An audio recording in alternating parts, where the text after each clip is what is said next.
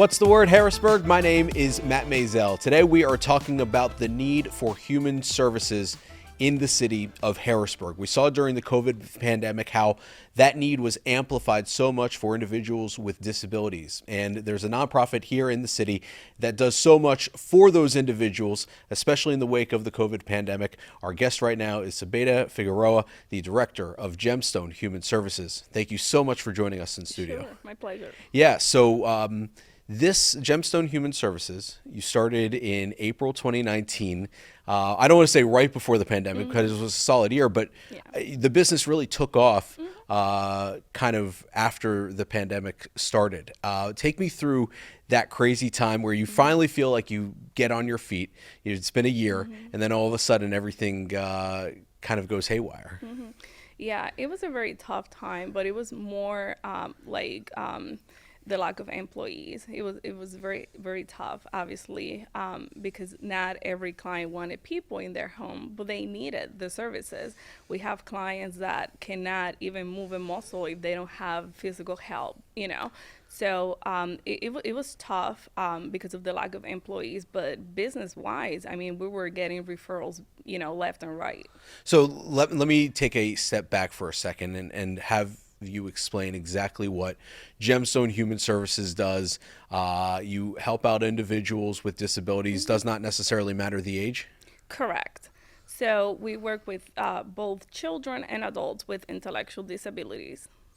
And this was and what are some of the services that you provide? Because you talk about going into people's homes and how that kind of stopped, even though that need was still there. What are some of the services that Gemstone provides? So we work with two different state programs. We work through the Office of Developmental program, and we also work with the Office of Long-Term Living. Now, the Office of Developmental program, we offer in-home and out-of-home respite for individuals with intellectual disabilities. We also provide companion services and in-home and community, which is when the employees go in their homes and they work on daily living skills like increasing independence and things like that.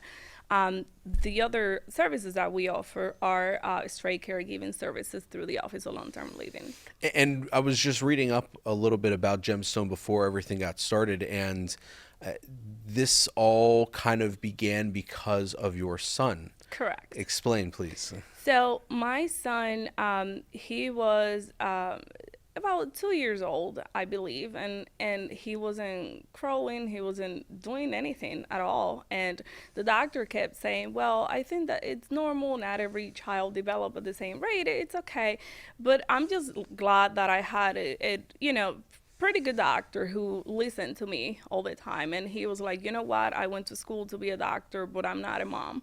So I'm going to go with whatever you're feeling, So they started all the testing and all that. So once he was formally diagnosed with PDD, pervasive developmental disorder, that's when all the services started, coming into place and all that. So I could see the difference that it made in my life, Like, it's not that I was like, oh my God, now look at this child. Like, I wasn't going to love my son any different, But it was a little bit frustrating to me when I went to the park and he wouldn't socialize with any other kids. He just wanted to be attached to me. And I saw the other kids calling their mom, mama, dad, and he wasn't saying a word. So that's when I'm like, I want to do something. I had already finished college, but I was just being a mom. I just wanted to focus on being a mom and getting the services that he needed in place. And I saw the difference that it made in our lives, when all the services that he had. So that's what I wanted to do. I wanted to help people in whatever way I could. So since I was little, I wanted to be a business owner. I just wasn't sure what I wanted to do. And this was the calling. Yeah. So that's when I'm like, you know what? That's what I want to do. I want to work with, people who have special needs. Were the services not there, and that's what made everything even more frustrating when you realized that there was something different? I don't want to say wrong, but there was something different about your son. Were the services not there to help at the time, and is that what kind of spurred you to start something on your own? No, they were there. They were there. We just hadn't identified like what he needed. So that's why he wasn't getting the help that he needed because we didn't know. So me and the doctor were kind of like brainstorming because he was like, well, kids don't develop the same way. Some can do it like faster than others. I'm like, no, there's something wrong. And he listened. A parent knows. Yeah, that's what he said. He said, you know what? I went to school to be a doctor, but you're a mom, and I can't be that. So I'm just gonna go with whatever feeling you're having because you might be right. When you start something, in this case a business that is so personal because of the backstory, what does that mean for kind of what you put into it? Because a lot of people talk about having a work-life balance, but from the sounds of it, it sounds like work is like the two are going to be forever intertwined because it's such a personal relationship for you. Yeah, I definitely sometimes I have to, step back a little bit because I do get pretty emotional when I work with certain clients because I think about my son and I see my son in every client. So that's why I'm like, you know what? I want to make sure that, they get the same kind of services that I would have wanted from my son, if I was in that position. Like, I'm glad that, he doesn't even need those services anymore. He's even attending a regular school, classroom because he's fine now. But what if we hadn't done any of that, So is it a bad thing to be that emotionally attached though? Because I guess take me through your thought process, because when you are so emotionally attached, that the other people who are being affected by whatever they're going through are going to get your full undivided attention, but there's a flip side to that as well. I mean, it could touch your feelings in a negative way sometimes because you think too much about it, which you're supposed to because you're supposed to care. But sometimes that could also hurt you, At some point, I was aside from working at the office, I was also going to the clients' homes and providing one-on-one services to them. So I was like, oh my God, I'm not having even time for myself. So that's when I'm like, you know what, I need to draw the line. I want to help people, but I also need to help myself and help my son. So that's when I'm like, okay, there's other ways where you can help. And I do get pretty emotional, which I'm still working on that because I'm not supposed to be sitting with my client and crying, but I guess because I don't work in nonprofit, I don't necessarily get to experience that. Let me share you kind of from my perspective. Back in January, the city had an issue with homelessness in the city and an encampment. And that was incredibly emotionally tough for me personally. Not that I have any emotional attachment in my past to homelessness, but just the idea of homelessness and being able to help people out. And I felt like for me personally, being that emotionally attached was a good thing. And being able to kind of cry and have those emotions helped me kind of feel more connected to the issue at hand. But I understand where you're coming from of being too close, because what then can happen? There's a saying that you're too close to the forest to see through the trees. Is it just your judgment being clouded in terms of what is best for those individuals, or how does it work out? It could be clouded because you think about your child all the time, but sometimes it's hard for you to differentiate, So you're trying you're putting your son into their shoes. Yeah. Which it can be good sometimes because you're able to do a better job and understand people and where they're coming from, and put yourself in their shoes.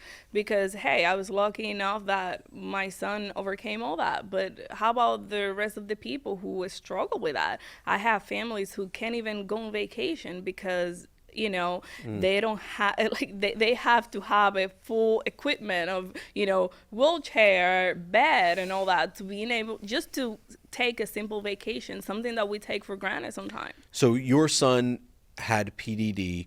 What are some of the other disabilities that you come across on a daily basis? Well, there's a lot. The main diagnosis that the clients need to have to be able to qualify for the program is supposed to be intellectual disability, but that they can also have autism, mental health issues. I mean, you name it. A lot of physical aggression. Not for I would say 80% of my clients are pretty calm, but we've come across some pretty tough cookies, who have pinched me, spat at me, like, hey, you name it. Trying to grab my hair. I mean, Wow. it's pretty hard. Seniors, kids, what are the age ranges here that we're talking about? So for the other program that we run through the Office of through the Office of Long-Term Living, usually, yeah, that's just for seniors. However, we do have some younger folks in that program just because they became disabled. They were not born disabled. They just became, maybe because of an accident. So, like, I have a couple of clients who are in their 20s and they are paralyzed because of a car accident or something like that. So, we can also have children, from I don't know, 5 to 10, but for the most part, through the Office of Developmental Program, it's mainly young adults.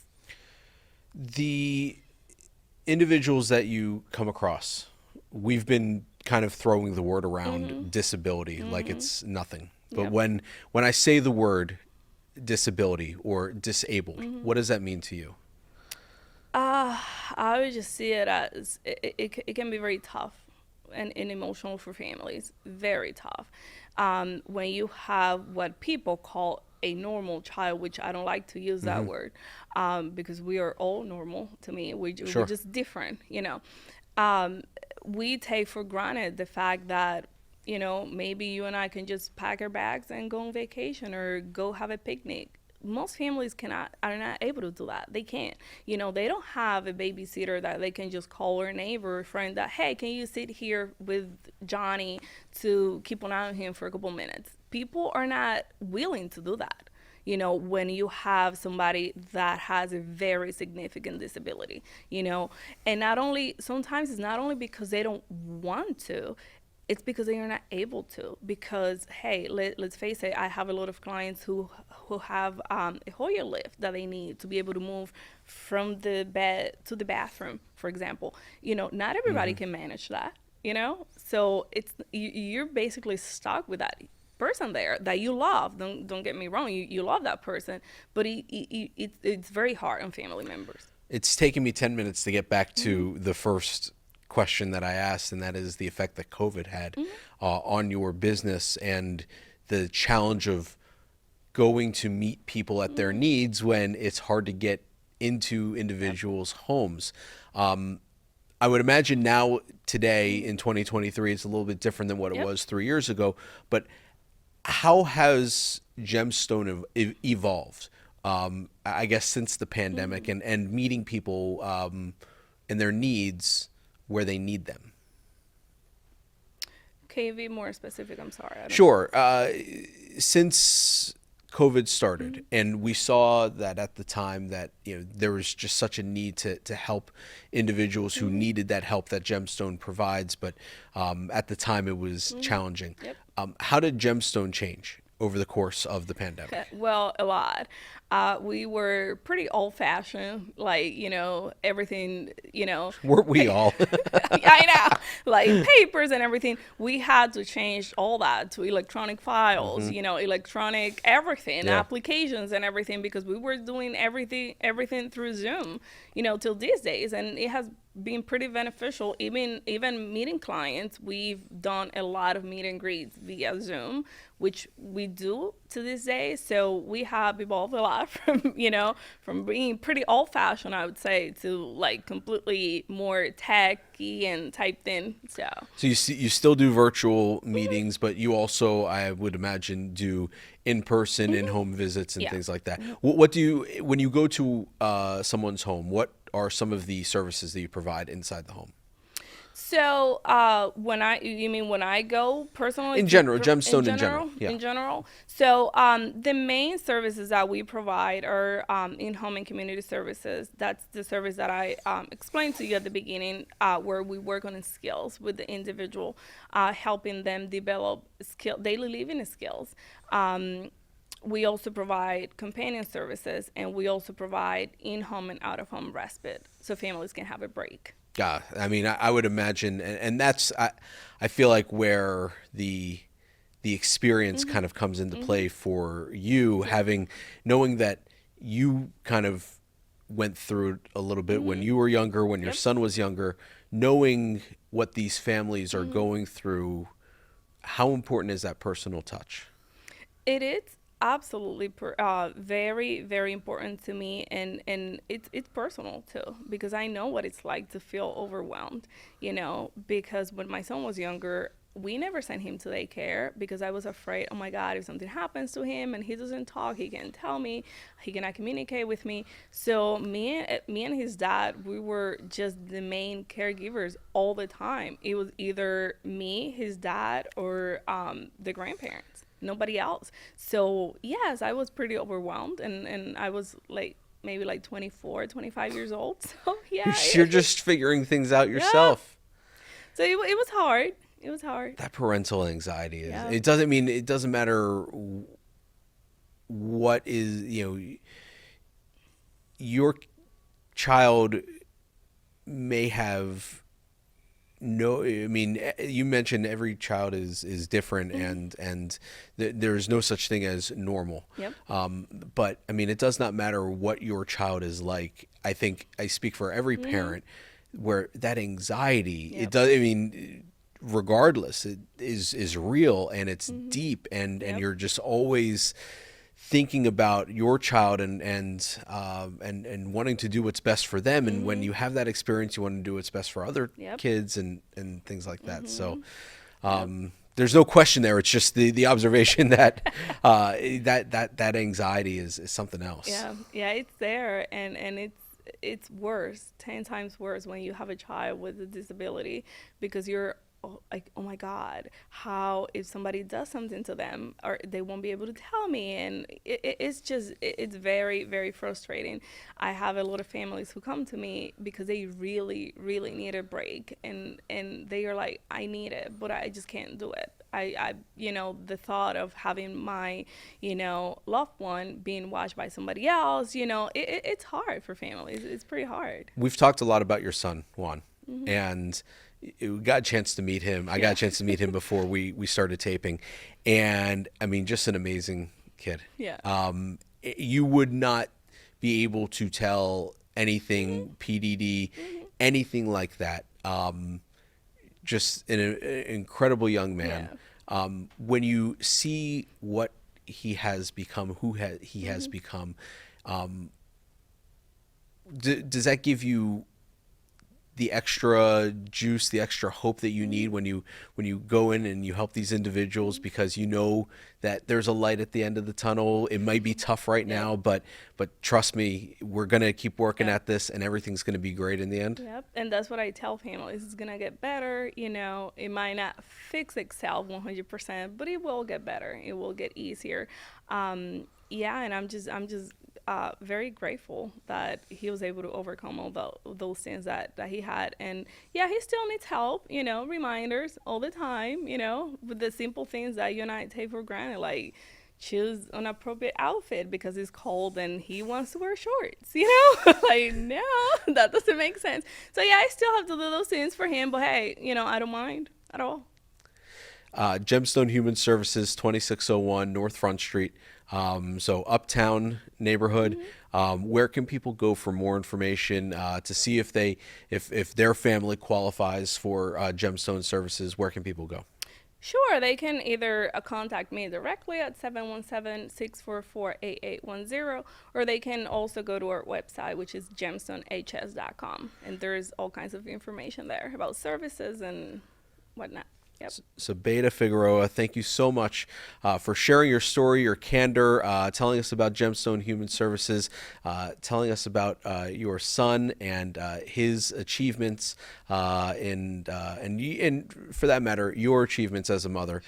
Because if you weren't such a great mother, then you wouldn't be so good at running Gemstone Human Services. Yeah, So thank you very much, Sure, Sobeyda. absolutely. Thank My you. pleasure. That is the word Harrisburg. Again, for more information on Gemstone Human Services, check the link what Sobeyda was talking about, or visit our website harrisburgpa.gov. Check us out on our YouTube page as well. That is youtube.com/WHBG20. Take care, everyone. Have a great day.